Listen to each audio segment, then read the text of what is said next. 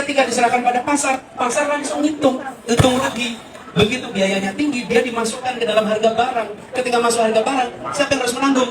Rakyat di tempat yang sulit. Di situ negara harus hadir, di situ negara harus ambil. Yang saya sampaikan bukan rencana, ini kenyataan. Sudah terjadi. Kalau visi misi bisa ngarang, makin terampil ngarang, makin keren kelihatannya.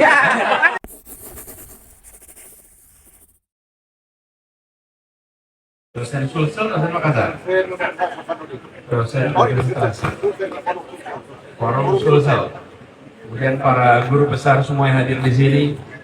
Kalau bangku SMA itu hanya 60% dari bangku SD kelas 1, forget it. Berarti nggak niat nyekolahin ini. Nggak niat nyekolahin. Karena kalau sampai universitas itu optional. Sebagian masuk vokasi, kalau vokasi bisa langsung kerja. Dan menurut saya kalau Indonesia sebaiknya jangan dibandingkan skala.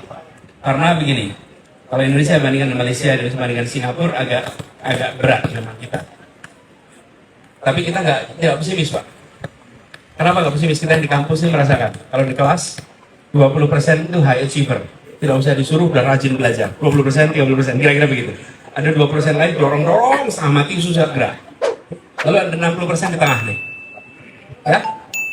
Itu apa yang terjadi, Pak? Kalau 20% diambil dari seluruh siswa di Indonesia, dia jumlahnya lebih banyak daripada seluruh siswa di Singapura. 20% saja. Jadi sesungguhnya untuk kompetisi kita masih punya stok. Tapi yang tertinggal cukup banyak. Nah, karena magnitude kita yang besar sekali. Lalu tentang pendidikan karakter, saya rasa setuju, Pak, ini harus jadi perhatian. Soal pendidikan karakter ini. Kalau namanya pembiasaan ini. Di dalam pendidikan itu ada intrakurikuler, ada ekstrakurikuler, dan ada non-kurikuler. Nah, non-kurikuler ini nggak digarap. Ini harus digarap, Pak. Non-kurikuler. Bapak Ibu mungkin masa kecil masih ingat, sebelum kelas ada namanya piket bersih-bersih kelas. Betul ya? Kemudian berbaris, itu namanya kegiatan-kegiatan non-kurikuler. Nah, non-kurikuler harus dikembalikan, karena non-kurikuler itu sifatnya pembentukan kebiasaan. Pembentukan kebiasaan itu yang akhirnya membentuk namanya karakter. Diajarkan, dibiasakan, jadi karakter, jadi budaya, tumbuhlah kebudayaan. Itu urutannya kira-kira. Jadi harus ada proses pembiasaan lewat programnya. Nanti insya Allah, Pak, kalau ini akan kita seriusin, Pak. Jadi mudah-mudahan jadi solusi buat semua.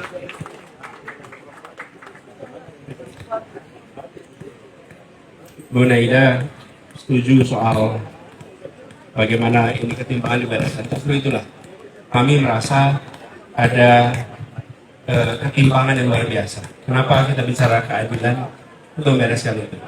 Tapi Pak, Bu, kalau bicara keadilan, saya ingin beri contoh ya soal ketimpangan. Tidak usah Indonesia Barat dan Timur. Jakarta itu satu-satunya kota yang punya kepulauan. Namanya Kepulauan Seribu. Dan Kepulauan Seribu ini, harga di sana jauh lebih mahal daripada daratan. Kebutuhan pokoknya, fasilitas kesehatannya tertinggal, fasilitas pendidikan yang... Jadi ketika kami mulai di Jakarta, itu salah satu prioritas utamanya adalah mengintegrasikan Kepulauan Seribu dengan daratan agar setara. Dan alhamdulillah sekarang kondisinya setara antara Kepulauan Seribu dan kita. Contoh, biaya kebutuhan pokok itu mahal karena mereka kalau belanja ke daratan Jakarta. Apa yang kami kerjakan? Memindahkan pasar induk ke pulau. Jadi pulau itu, pasar induk Kramat Jati, yang biasanya jadi berita harga-harganya itu, dipindahkan satu, dibuatkan satu, namanya Jak Grosir.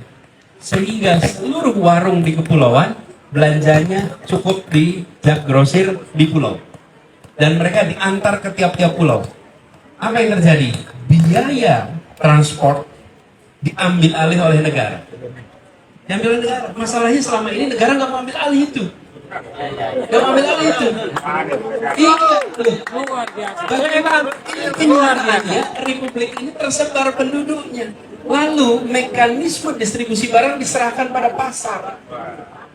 Ketika diserahkan pada pasar, pasar langsung hitung rugi. Begitu biayanya tinggi, dia dimasukkan ke dalam harga barang. Ketika masuk harga barang, siapa yang harus menanggung? Rakyat di tempat yang sulit. Di situ negara harus hadir, di situ negara harus ambil alih. Jadi, Bapak Ibu, yang saya sampaikan bukan rencana, ini kenyataan, sudah terjadi. Gitu. Yang diubah itu mindsetnya, bahwa negara hadir mengambil alih. Basic need harus setara, bukan harga sama. Tidak ada harga sama. Siapapun belajar ekonomi pasti tahu. Tidak ada harga sama, tapi setara. Dan begitu kita ambil alih biaya logistik itu, langsung kebutuhan pokok di Kepulauan Seribu harganya terjangkau oleh semua. Oke, satu itu. Yang kedua, mobilitas. Bapak Ibu kalau tinggal di pulau ke daratan itu, apalagi kalau pulaunya namanya ada satu pulau yang paling jauh itu Pulau Sebira. Pulau Sebira itu isi orang Bugis Pak di sana. Bugis Makassar di Pulau Sebira. Pulau Sebira penduduknya hanya 700 orang. 700-an orang. Tempatnya pulau itu lebih dekat ke Lampung daripada ke daratan Jakarta. Tapi mereka tidak mau jadi bagian dari Lampung. Mereka maunya tetap Jakarta. Apa yang terjadi? Untuk ke sana naik kapal itu minimal 8-10 jam sekali jalan. Selama ini dikelola oleh swasta. Negara hadir, kami beli kapal, kami siapkan kapal 2,5 jam dari Ancol sampai ke Pulau Sebira. Apa yang terjadi hingga itu? Biaya disetarakan. Nah ini satu lagi, negara hadir siapkan. Lalu biaya transportasi mereka itu masuk ke dalam sistem Jaklingko. Jaklingko itu adalah sistem transportasi umum yang pakai kartu bisa naik bis, naik angkot, naik kereta di mana saja di Jakarta, termasuk naik kapal. Jadi orang yang di pulau itu tinggal pakai itu, tag sampai ke daratan, pindah bis, pindah angkot tanpa biaya tambahan karena mereka warga Jakarta yang perlakuannya setara. Siapa yang nanggung ongkosnya? Negara. Di situ negara hadir. Di situ yang kita bicara namanya keadilan sosial. Di situ yang namanya menjaga keutuhan. Bagaimana semua orang di Jakarta merasakan pelayanan yang setara. Itu hari ini yang hilang di Republik ini. Kalau tidak berada di kota besar, maka fasilitas menjadi. Nah, proses ini harus dilakukan. Jangan harap ini selesai dalam 1 tahun, 2 tahun. Tapi proses pengintegrasian mobilitas dan distribusi barang harus menjadi prioritas negara untuk diambil alih. Diambil alih itu dibiayai. Dengan begitu terjadi tuh.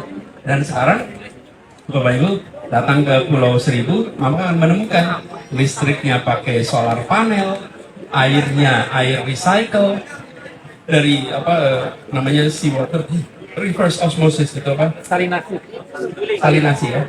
Salinasi dari air laut menjadi air minum. Kami ingin sampaikan, dan ini yang kami tawarkan Pak.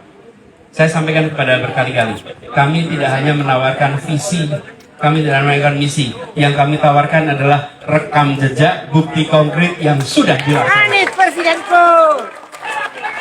Karena kalau visi misi bisa ngarang, makin terampil ngarang, makin keren kelihatannya. Ya, banget. Tapi itu adalah karangan masa depan, Bapak. Visi saya A, B, C, D. Yang mengatakan tak perlu bawa bukti, yang menentang tak bisa memberikan pembantahnya. Namanya imajinasi masa depan. Kalau rekam jejak itu hal yang senyatanya sudah dikerjakan. Jadi itu yang kita bawa. Nah, ini sejalan dengan apa yang disampaikan terakhir tadi oleh Prof. Bahakim. Setuju Prof. Bahakim? Saya ingin garis bawahi. Yang kita bawa bukan target menjadi sesuatu, bukan. Yang kita bawa adalah misi. Misi itu beda sama target. Kalau target itu untuk diraih, kalau misi itu untuk dilaksanakan. Jadi kalau orang bawa misi, misi itu untuk dilaksanakan. Nonton Piala Dunia nggak tadi malam? Ya. Brazil kalah ya. Piala Dunia itu mengejar target. Begitu dapat pialanya, selesai prosesnya. Dalam proses politik tidak begitu. Ketika selesai pemilu, selesai pilpres, di situ misi dilaksanakan.